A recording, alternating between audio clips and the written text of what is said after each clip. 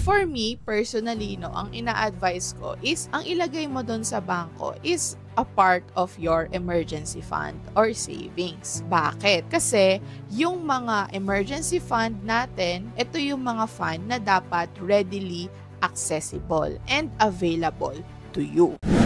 Hey guys! Welcome back to my YouTube channel. I am Gwen Salmorin, the Millennial Breadwinner, and I empower breadwinners to become generational wealth builders. And if this is your first time tuning on this channel, don't forget to like and subscribe para din ma-notify ka on my next one. For the last videos na ginawa ko, I've been sharing ano-ano ba yung mga credit cards na ginagamit ko, and you guys liked it. So thank you so much for your support. So now, I'm going to share naman sa inyo ano-ano ba yung mga banks that I use, and at the same time, ano-ano ba yung purpose noon. Pag-usapan muna natin, bakit ba kailangan natin ng bangko? Ang bangko, it is where we store our money. Of course, pwede naman din natin yung i-store sa mga piggy bank, sa wallet, or sa baul. Pero ano ba yung importance of having a bank? And ano yung benefits niya? So yung importance of having a bank is someone is safekeeping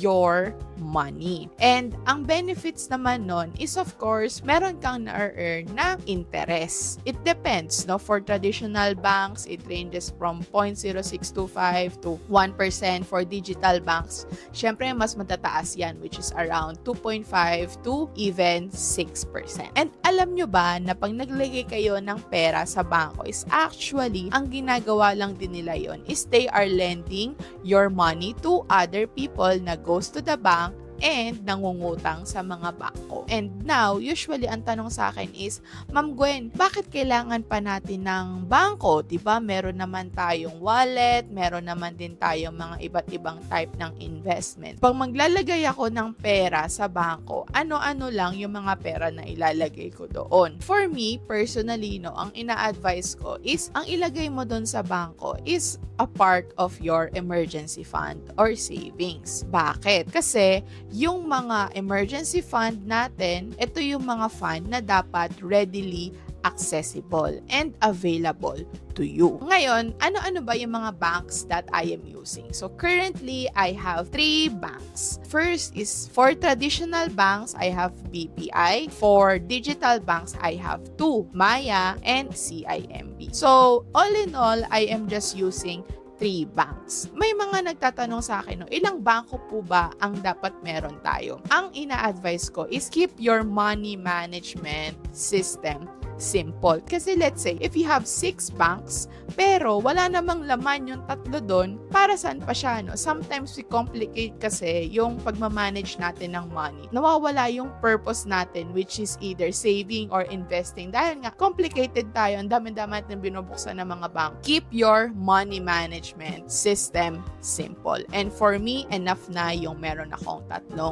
bangko. Para saan nga ba yung mga gamit ng bangko ko na yon? Yung una is for BPI. BPI is where I get all my inflows, So, lahat ng income ko goes through the BPI account. I also have a checking account, so it's BPI, and also savings account din. So, dun pumapasok yung lahat ng income ko. And for the BPI account, it's really more of, pag pumasok na yung pera, ang ginagawa ko din kasi is, I start distributing it. Yung iba pupunta sa CIMB, yung iba pupunta sa Maya, and yung natitira lang sa aking BPI is, let's say, meron ako mga in-auto debit, like insurance or any other payments. Doon ko lang din siya nilalagay, as well as, iniiwan ko din doon yung pambayad ko for my BPI credit cards. So, very simple, BPI is doon yung pagpasok ng pera ko. Pero most of the time, wala namang natitira doon, except yung maintaining balance niya. Next, yung CIMB naman. So, yung CIMB ko, these are for my bills. And ito yung mga bills, na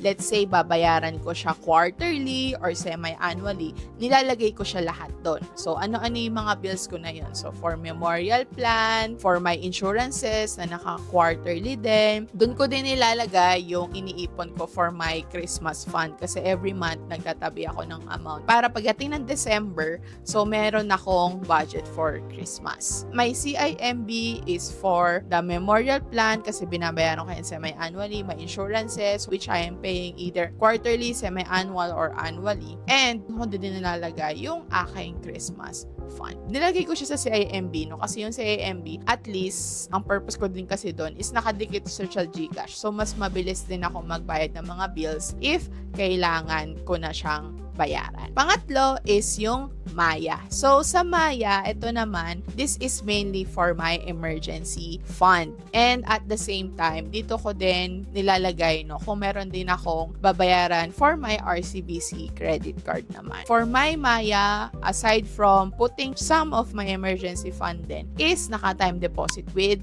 Maya. Kasi I chose Maya because I find it very convenient to use.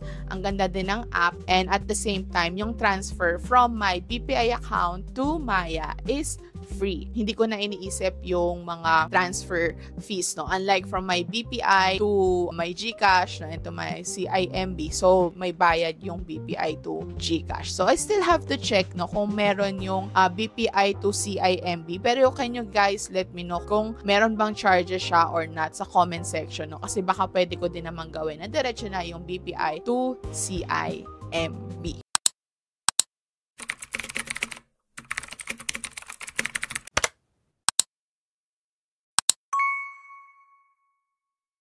So, that is my money management system and the banks that I use for my own finances. So, again, I keep it very simple, madaling tandaan, BPI inflow, CIMB for my bills, and Maya for my emergency fund. So, I hope guys you learned a lot from this, and again, I'm reminding that just focus on your financial goals, keep the systems clean and simple para din hindi siya maging magulo and hindi ma-defeat yung purpose natin, which is of course achieving yung financial goals natin. So, if meron pa kayong mga questions or if you like this video, kayo din, no, comment nyo ano-ano naman yung mga bangko na ginagamit nyo and why do you like using that bank.